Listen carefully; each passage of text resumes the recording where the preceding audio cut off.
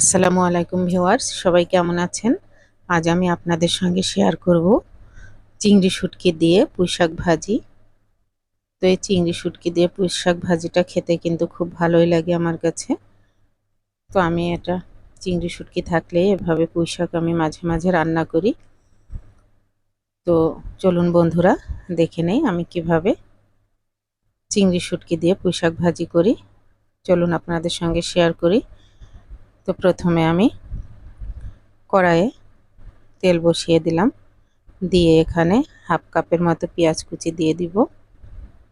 পেঁয়াজটা একটু বেশিই লাগে যেহেতু শুটকি,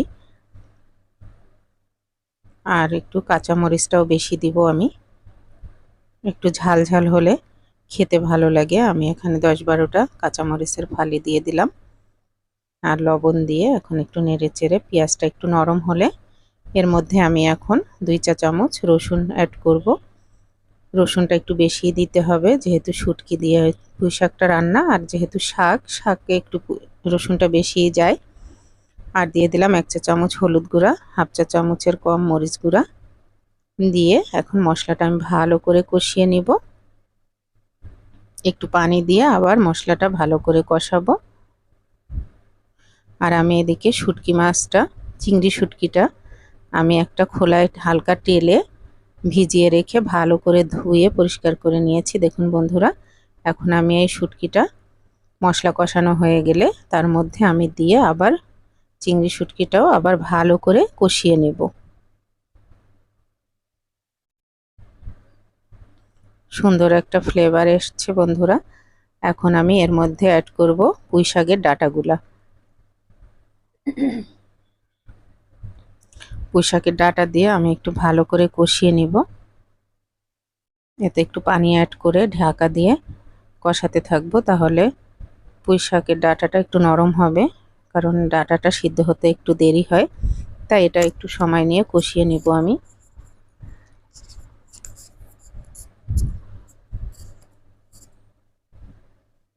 ঢাকা দিয়ে দিয়ে কষাবো। কষানো হয়ে গেছে, এখন আমি এর মধ্যে ঝোলের পানি দিয়ে দিব।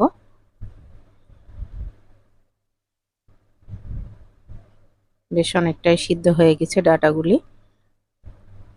এখন এখানে ঝোলের পানি দিয়ে ঢাকা দিয়ে রাখবো।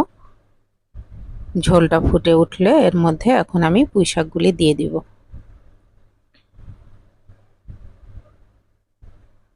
সব সময় শাক ফুটানো ঝোলের উপর দিলে শাকটা ভালো গলে যায়, সুন্দর সিদ্ধ হয়।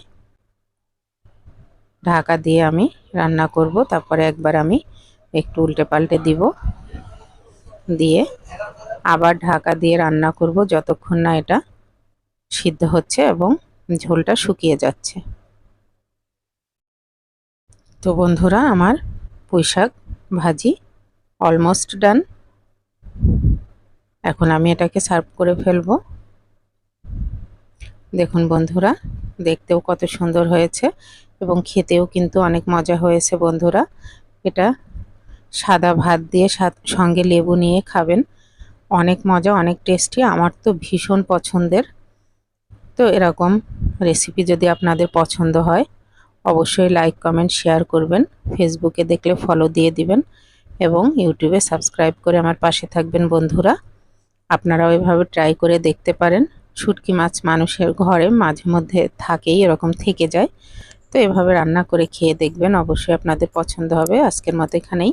আল্লাহ হাফেজ। আসসালামু আলাইকুম।